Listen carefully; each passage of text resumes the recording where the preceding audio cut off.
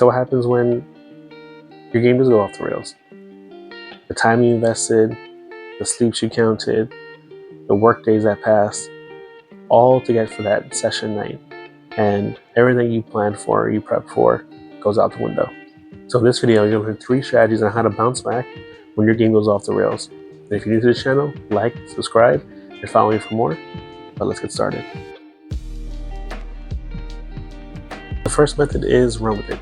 And it's a method that allows you to really just take a step back and let things happen. You're allowing your players to just go crazy, and you're actually learning a lot from their playstyle, what they want, and you're using this time to actually listen. So it's actually more controlled chaos than what it appears.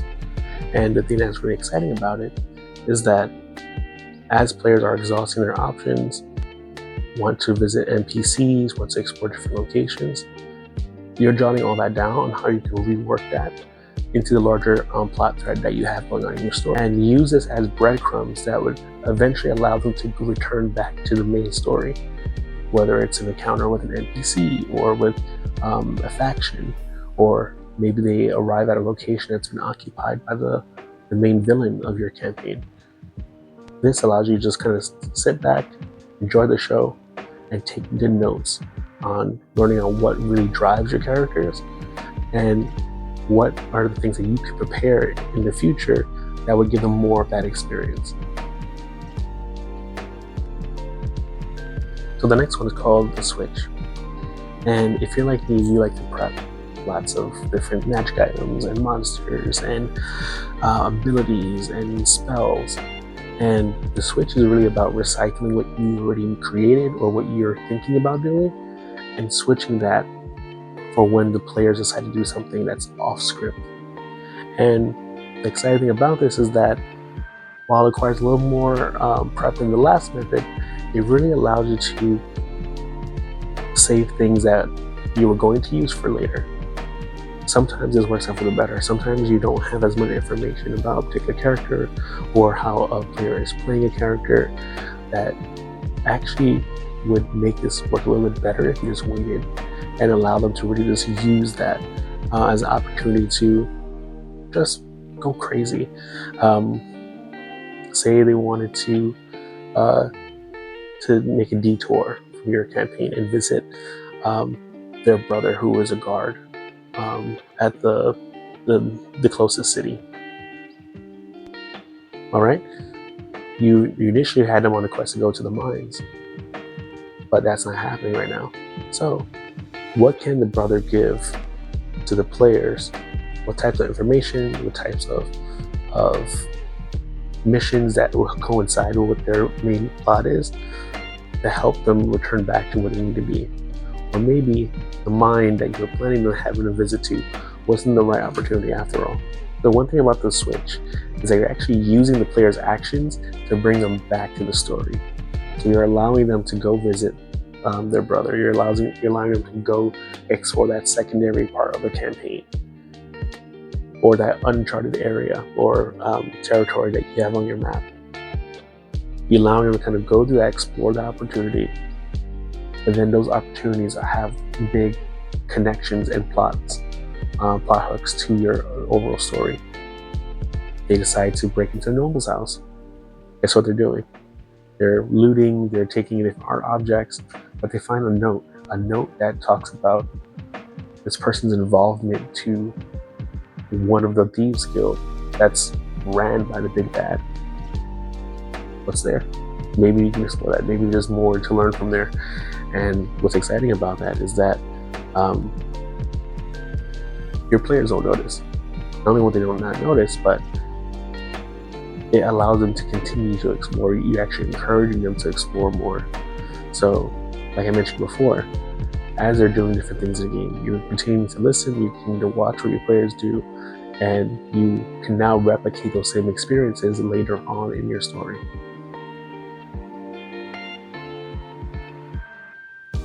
Of the 3 methods, the last one is my absolute favorite one for 2 reasons. One, it allows DMs to do very little. You sit back, you take your notes, you listen, same as the other 2. But 2, the world has consequences. And strangely enough, it makes it feel more real. When your characters aren't there to intervene and stop the big bad may win. Or someone else may be the hero. And what consequences does that have? That helps make your world a little more dynamic. It helps you really help write ways that it's going to impact your campaign. Teachable moments for the party, additional character development for them, opportunities for new side quests. The simple act of just doing nothing is still doing something. Doing nothing is still an action. It's still relevant. I think what's interesting here is that while it may not be what you initially planned, you can still keep the game going.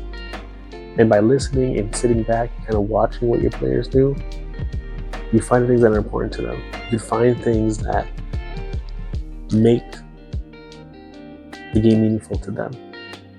And that's the thing I love about D&D. I love the opportunity to be able to kind of shape the world, have the sandbox ready, we all play in it.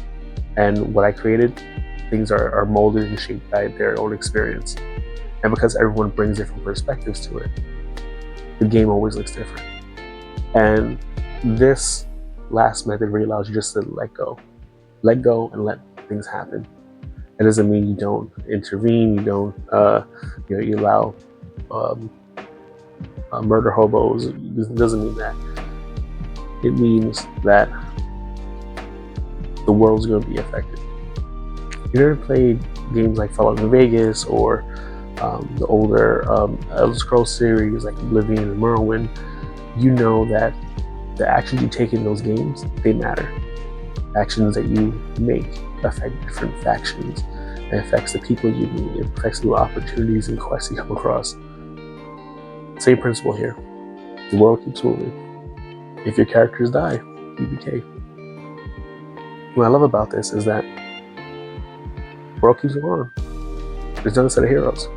You can just have your party roll up new characters and they learn about what's going on. They learn about their former characters, what they did. They may come across them, they may learn about them in stories, and they continue it. But their motivations may be different because your characters that the players may have new goals.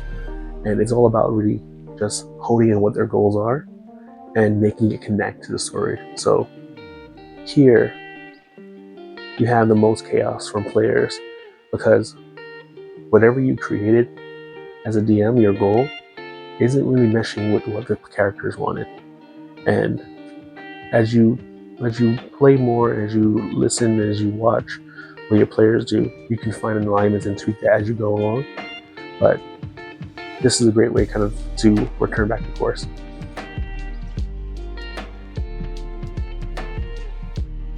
Yeah, so my final thoughts on the subject is really just listen to your players. They're not going to be perfect. They're not going to make smart decisions, and that's okay. As the DM, as a facilitator of the game, just remember that you're a player too. This is unlike any other experience that you have in other media, whether it's video games or movies or TV shows, because it's responsive. It's responsive to what you're doing. It's responsive to what they're doing. And you just create ways that you can come back and you can play together. Never forget that you're telling the story with your players. Never forget that you're doing this in collaboration, even though what you have planned doesn't fit. By actually listening and watching your players and aligning your goal with their goals, you're going to be able to kind of bring the game around. So those are 3 methods that you can not control, but guide your players back to where you need to be. And you may get there in a session, you may get there in 3, you may get there in more, on track, back on the story, because that's not the point. The point is to create something together. And as you listen, as you watch what your players do, you may realize how far away your goal that you wanted in the campaign and their goals may not be aligned. So you need to kind of take a step back and guide your players to that goal. And sometimes I also change my mind. Sometimes I have a goal for the campaign and I learn their motivations, and I'm like, you know what, that's actually a better story, or it actually sounds more fun, and I tweak what I wrote to fit that. And your players, they won't know. What's more important is that you have fun, your players have fun, you're creating a story together, and these are experiences that you'll take on to your next game, and things that you'll talk about and reference from years to come. So thank you for watching. If you like this video or you found this helpful, give me a like, subscribe, and I'll see you in the next one.